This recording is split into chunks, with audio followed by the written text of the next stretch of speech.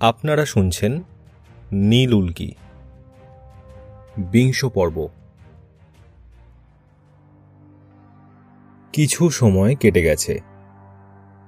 আমরা নিষ্পন্দ বসে রয়েছি। কিছুক্ষণ পরে ডক্টর গ্রাহাম ফিরে এলেন। চোখ দুটো ছোট ছোট হয়ে গেছে মনের নিষ্ঠুরতা আর ধূর্তামির জন্য। ফিরে এসে নিজের চেয়ারে বসে আমাদের দুজনের দিকে চোখ ঘুরিয়ে একবার দেখে নিয়ে শেষে আমার দিকে তাকিয়ে বলতে আরম্ভ করলেন, হ্যাঁ, তুমি যেন কি জানতে চাইছিলে? ওই তোমার গার্লফ্রেন্ড, তাকে কেন শাস্তি পেতে হলো? ভালো প্রশ্ন। আসলে আমার কোনো ইচ্ছা ছিল না এইসব চুনোপুটিদের ধরে এনে শাস্তি দেওয়ার। আমার তো ইচ্ছা ছিল আসলে হিট লিস্টে থাকা চলতি পর্নস্টারদেরকেই কিডন্যাপ করানো, কিন্তু তাদের খুব টাইট সিকিউরিটি দেওয়া হয়, তাই সেই রিস্কটা নিতে পারিনি। কিন্তু অলিভিয়াকে আমি কিডন্যাপ করিয়েছিলাম ওকে একটা শিক্ষা দিতে। ও যখন ব্রুটালি রেপড হতো, টর্চার্ড হতো আর যন্ত্রণায় আর্তনাদ করত, তখন আমি এই রুমটার বাইরে ডান হাতের তর্জনী দিয়ে নির্দেশ করে একটা গ্লাস উইন্ডো দেখিয়ে বললেন, ওই যে গ্লাস উইন্ডোটা দেখতে পাচ্ছ, সেটার বাইরে দাঁড়িয়ে আমি দেখতাম ওর যন্ত্রণায় কুঁকড়ে ওঠা শরীরটা। অসম্ভব আনন্দ পেতাম আমি। ক্রূর হাসিটা ছড়িয়ে পড়ল ওনার মুখে। বলে চললেন, খুব ফিজিক্যাল স্যাটিসফ্যাকশনের শখ না? একেবারে মিটিয়ে দিয়েছিলাম, কিন্তু তাও পুরোপুরি মিটল না।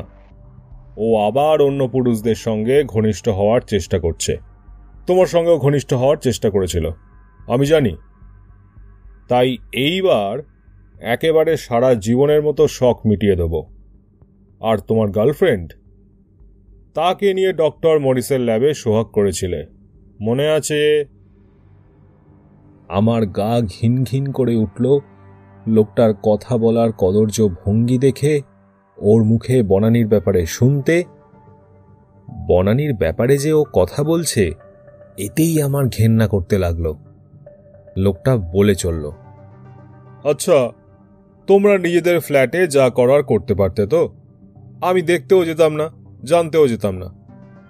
আমি তো ডক্টর মরিসের ল্যাবের কয়েকটা জায়গায় হিডেন ক্যামেরা লাগিয়ে রেখেছি। অবশ্য রবার্টই আমার হয়ে এই কাজটা করে দিয়েছে। এতে করে আমার দুটো লাভ একসাথে হতো। ওই ভাল্লুকটা ল্যাবে কি কি কাজ হচ্ছে সেটা সম্পর্কেও ধারণা করতে পারতাম, আবার আমার গুণধর বউটি সুযোগ বুঝে কার সাথে কি লটরপটর করছে সেটাও দেখা যেত। তো তোমরা দুজন বাপু, মানে তুমি আর তোমার গার্লফ্রেন্ড, সেই ক্যামেরার রেঞ্জের মধ্যে এসেই যা কিছু করার করলে। এই পর্যন্ত ডক্টর গ্রাহাম বেশ হালকা মেজাজেই বলছিলেন, কিন্তু এর পরেই হঠাৎ করে ওনার মুখভঙ্গিমার অদ্ভুত পরিবর্তন হয়ে গেল। ভীষণ হিংস্র হয়ে উঠল। চোখ মুখ লাল করে উনি বললেন, আমি যেমন নিজে কোনো মহিলার সঙ্গে ঘনিষ্ঠ হই না বহুদিন হয়ে গেল, তেমনই কোনো মহিলা আমার চোখের সামনে অন্য কোনো পুরুষের সঙ্গে ঘনিষ্ঠ হলে সেই শাস্তি তাকে ভোগ করতে হবেই। আমি যে ক্যামেরাগুলো লাগিয়েছি তার ভিডিওগুলো ফাস্ট মোডে গিয়ে চেক করি রেগুলারলি, কিন্তু কিছু ইন্টারেস্টিং পেলে সেখানটা দেখি খুঁটিয়ে। তোমার গার্লফ্রেন্ডের সঙ্গে ঘনিষ্ঠ হওয়ার কাজটা তুমি ক্যামেরার রেঞ্জের মধ্যে না এসে করলেই তাকে আর কোনো শাস্তি পেতে হতো না। কদর্য হাসিতে ওনার মুখটা ভরে উঠল। মাথার চুল থেকে পায়ের নখ পর্যন্ত শরীরের প্রতিটা অণুপরমাণু যেন ঘেন্নায় শিউরে উঠল লোকটার প্রতি। লোকটা আমার সঙ্গে বনানীর ঘনিষ্ঠ মুহূর্তগুলো ভিডিওতে দেখেছে, দেখে অসম্ভব যৌন ঈর্ষায় ভুগেছে, আর সেই কারণেই বনানীকে কিডন্যাপ করিয়ে নিয়ে এসে ব্রুটালি তাকে রেপ করিয়েছে, শুধুমাত্র নিজের মানসিক জ্বলন কমানোর জন্য। বিশ্ববিখ্যাত একজন সায়েন্টিস্ট, যার রিসার্চের সুফল গোটা পৃথিবীর কতজন মানুষ ভোগ করবে, সে আসলে মানসিকভাবে এত দিন।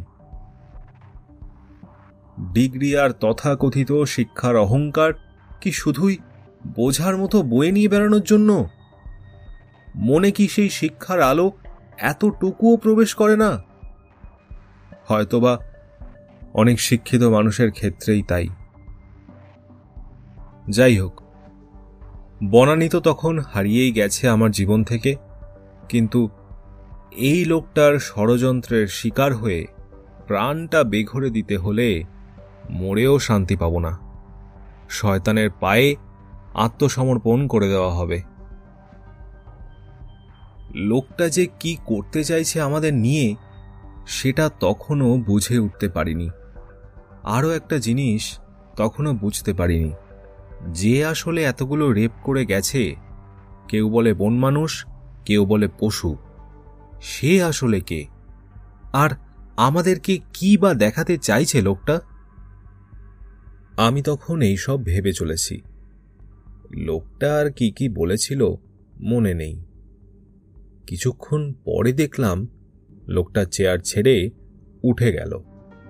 আমি তখন নিজের ভাবনাগুলোকে দূরে সরিয়ে রেখে বাস্তবে যে কি ঘটতে চলেছে সেই ব্যাপারে মন দিলাম। উত্তেজনার পারদ চড়তে লাগল। লোকটা ঘর থেকে বেরিয়ে কোথায় যেন গেল। ঠিক কি মতলব আছে বুঝতে পারছিলাম না। একবার কি অন্তত পালানোর চেষ্টা করা উচিত? অলিভিয়ার দিকে তাকিয়ে দেখলাম ও আমাকে বোধহয় চোখের ইশারায় একই প্রশ্ন করছে। এতক্ষণে খেয়াল হলো, যখন থেকে জ্ঞান ফিরেছে প্রথমে শুয়েছিলাম, তারপরে বসে আছি, একবারও উঠে দাঁড়ায়নি। পালানোর চেষ্টা করতে হলে বসে থাকলে তো আর হবে না। উঠে দাঁড়াতে গেলাম। সর্বনাশ! পায়ে যে কোনো জোর নেই, সম্পূর্ণ অসাড়। সেই জন্যই লোকটা আমাদের হাত পা না বেঁধেই এখানে এভাবে ফেলে রেখেছে। ও জানে যে আমরা নড়তে পারবো না এখান থেকে। গায়ের সব লোম খাড়া হয়ে দাঁড়িয়ে পড়ল অসম্ভব মানসিক উত্তেজনায়। কি সর্বনাশ! এ যে আত্মরক্ষার কোনো উপায় খোলা রাখেনি। নিজের পায়ে উঠে দাঁড়াতে না পারলে কি করে কি করব? নেহাতি বেঘরে প্রাণটা যাবে যে। অলিভিয়ার দিকে তাকিয়ে দেখলাম ও অসহায়ভাবে তাকিয়ে রয়েছে আমার দিকে, চোখে আসন্ন মৃত্যু ভয়। ও আগেই বুঝেছে, হয়তোবা আমার জ্ঞান ফিরে আসার আগেই উঠে দাঁড়ানোর চেষ্টা করতে গিয়ে বুঝে গেছিল যে ওর উঠে দাঁড়ানোর ক্ষমতা নেই। তাই ওর চোখে মুখে প্রথম থেকেই দেখেছিলাম অপরিসীম ভয়। মানুষ ততক্ষণ পর্যন্ত নিজেকে সান্ত্বনা দিতে পারে যতক্ষণ কিছু করার ক্ষমতা তার নিজের হাতে থাকে। যখন আর কিছুই করার থাকে না, তখন নির্দয় ভাগ্যের হাতে নিজেকে সঁপে দিয়ে শুধু অনিশ্চিত ভবিষ্যতের অপেক্ষা করা ছাড়া আর কিছুই করার থাকে না। কিছুক্ষণের মধ্যেই আমার সব দুশ্চিন্তা মিশ্রিত উত্তেজনার উত্তর পেলাম। ডক্টর গ্রাহাম ঘরে ঢুকলেন, আর তার পেছন পেছন অদ্ভুত দর্শন এক মানুষ কিংবা বন মানুষ, তার কাঁধে ফেলা প্রায় অর্ধমৃত একটা নগ্ন নারী দেহ। ভয়ঙ্কর দৃশ্য দেখেই আঁতকে উঠলাম। একই বর্ণনা হুবহু বনানীর কাছে শুনলেও নিজের চোখে দেখে হার্টবিট বন্ধ হয়ে যাওয়ার উপক্রম হল। বন মানুষটা কাঁধের উপরে রাখা শরীরটাকে নিয়ে গিয়ে সেই রক্ত মাখা বিছানার উপরে ফেলল। শ্বাস রুদ্ধ করে দেখা ছাড়া আমার আর কিছুই করার ছিল না সেখানে। ডক্টর গ্রাহাম মুচকি হেসে বন মানুষটার দিকে ইশারা করে ভুরু নাচিয়ে আমাদের বললেন, ও হচ্ছে আমার খেলার ঘুঁটি। ওর একটা নাম আছে, আকুচি। ওকে নিয়ে এসেছিলাম আফ্রিকার একটা আদিবাসী অধ্যুষিত প্রত্যন্ত গ্রাম থেকে। এই যে চেহারাটা দেখছো, এটা হাইপারট্রাইকোসিসের কারণে হয়েছে। জন্ম থেকেই গোটা শরীর এমনকি মুখ সব লোমে ঢাকা। বয়স বাড়ার সাথে সাথে লোম বাড়তে থাকে। ঘন লম্বা লম্বা লোমে গোটা শরীর ঢেকে গিয়ে এইরকম ভয়ানক দর্শন হয়ে যায় দেখতে। ওর চেহারাটা দৈর্ঘ্যপ্রস্থ মিলিয়ে একেই বিশাল, তার উপরে সিভিয়ার হাইপারট্রাইকোসিস। পুরো মুখটাও লম্বা লম্বা ঘন লোমে ঢাকা। সব মিলিয়ে একটা জন্তুর মতো দেখতে লাগে। ওকে দেখেই বুঝেছিলাম আমার এই কাজের জন্য ও একেবারে আইডিয়াল। ওকে এখানে রেখে ট্রেনিং দিয়েছি, কিছু ইংলিশ টার্ম রপ্ত করিয়েছি। কথা অবশ্য বুঝতে পারে না সব, কষ্টে সৃষ্টে কিছু বোঝে। তবে এটা স্বীকার করতেই হবে যে ওই আমার এই রেপ কেস প্রজেক্টটার এতখানি টিআরপির কারণ। ওর সেক্সুয়াল আর্জ লিমিটলেস করার জন্য আমি ওকে রেগুলারলি একটা স্পেশাল মেডিসিন ইনজেক্ট করি। সেটারই সাইড এফেক্ট হিসাবে ও রেপ করার সময় অত ক্রুয়েল হয়ে ওঠে। বুঝেছ? একটা আত্মসন্তুষ্টির হাসি ফুটে ওঠে ওনার মুখে। এবার তোমরা একটা ম্যাজিক দেখবে। এতদিন যা হয়ে এসেছে, এইবার কিছু তো নতুনত্ব প্রয়োজন নাকি? দেখো চুপটি করে। এই বলে উনি ঘরের সব লাইট অফ করে দিয়ে ঠিক বিছানার উপরে একটা ফ্ল্যাশ লাইট জ্বেলে দিলেন। আমি শ্বাস রুদ্ধ করে বিছানার দিকে তাকিয়ে বসে রইলাম। হার্টও যেন বিট করতে ভুলে গেল। দম বন্ধ করে সাক্ষী রইলাম এক নারকীয় কাণ্ডের। ফ্ল্যাশ লাইটের নিচে চলতে লাগলো এক নারকীয় ধর্ষণ।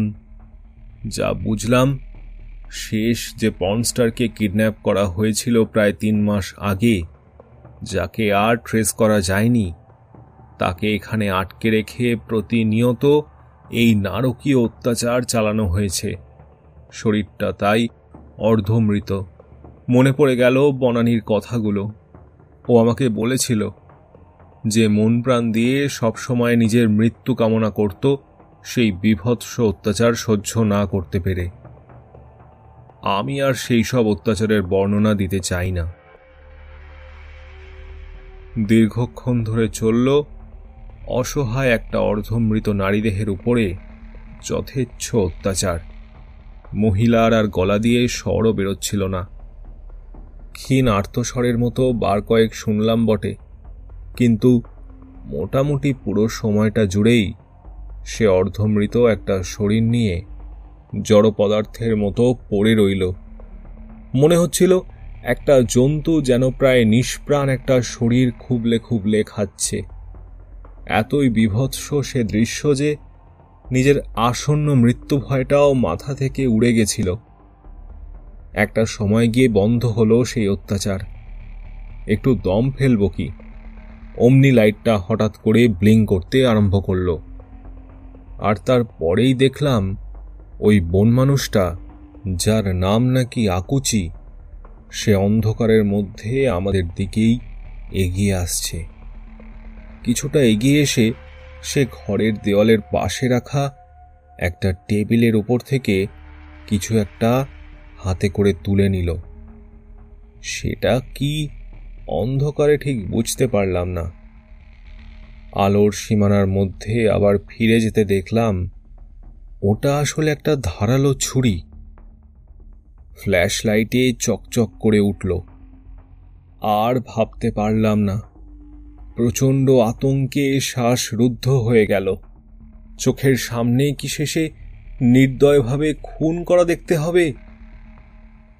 নিজের কিছু করার নেই, এমনকি উঠে দাঁড়ানোর ক্ষমতাটুকু পর্যন্ত না। অসহায়ভাবে এই নৃশংস দৃশ্য চোখ মেলে দেখে যাওয়া ছাড়া। ভেবেছিলাম ছুরিটা হয়তোবা চরম আঘাত হানার জন্যই নিয়ে যাওয়া হলো, কিন্তু যা দেখলাম তা আরো ভয়ঙ্কর। আরও মারাত্মক। দেখলাম ঠিক যেমন করে ছুরি দিয়ে কেক বা সবজি কাটা হয়, সেইভাবে বিছানার উপরে পড়ে থাকা অর্ধমৃত শরীরটা থেকে মাংস কাটা হচ্ছে। সে যে কি বীভৎস দৃশ্য, সেসব একবার চোখে দেখার পর যে কোনো শুভবুদ্ধি সম্পন্ন মানুষের বেঁচে থাকার ইচ্ছাটুকু মরে যায়। আমারও তাই হয়েছিল। চোখ দুটো হাতে করে চেপে ধরে মেঝের উপরে উপুড় হয়ে পড়ে চরম নির্মম সেই দৃশ্য মাথা থেকে দূর করার যথাসম্ভব চেষ্টা করতে লাগলাম। কিন্তু তা কি সম্ভব? একটা মানুষকে সেই ঘরের মধ্যেই নৃশংসতম উপায়ে তিলে তিলে মারা হচ্ছে।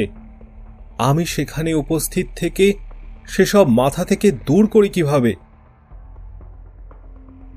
কতক্ষণ ওইভাবে মেঝের উপর উপুড় হয়ে পড়েছিলাম মনে নেই। কয়েক সেকেন্ড হতে পারে, কয়েক মিনিটও হতে পারে, কিন্তু আমার মনে হচ্ছিল যেন কয়েক যুগ।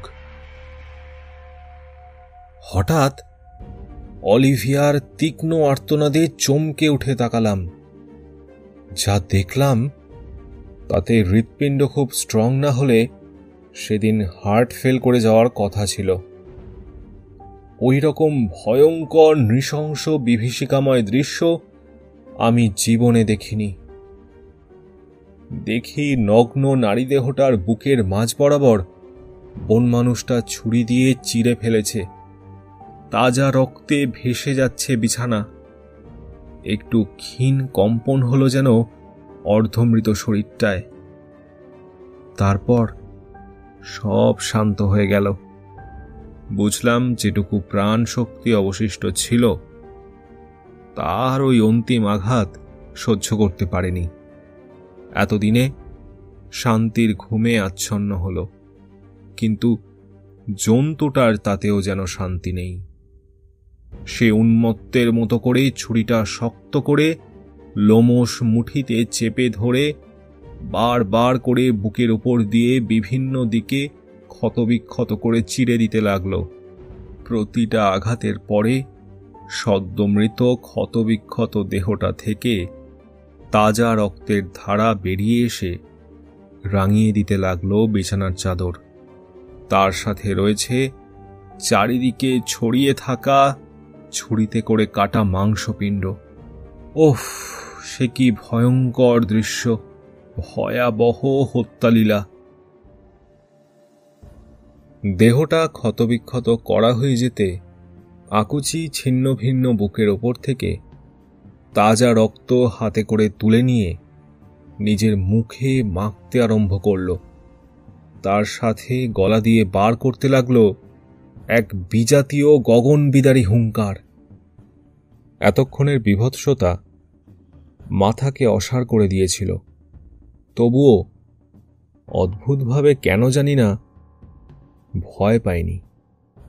হয়তো বনানী আমায় ভয় না পাওয়ার মন্ত্রটা শিখিয়ে দিয়ে গেছিল।